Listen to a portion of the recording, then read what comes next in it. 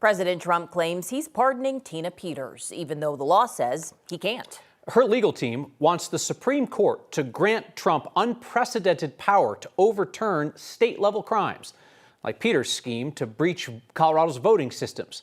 This now starts a standoff as Peters' allies are talking about executing state leaders and federal judges. This is a lawless act. It's an act of intimidation.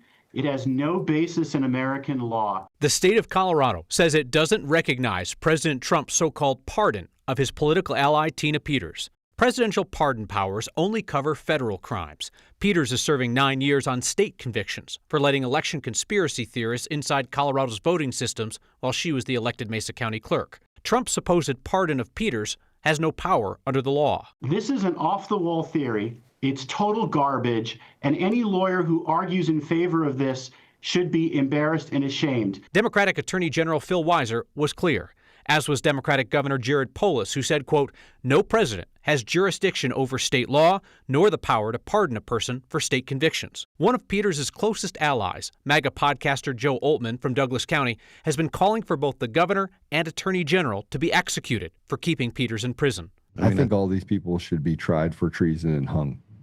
I think Jared Polis should be hung. I think Jenna Griswold should be hung. I think Phil Weiser should be hung. I think they should hang by their neck until dead. After Trump's announcement of his so-called pardon for Peters, Oltmann repeated his call for the governor to hang and said, quote, "We are in an insurrection." Will she be released by the state of Colorado while this plays out?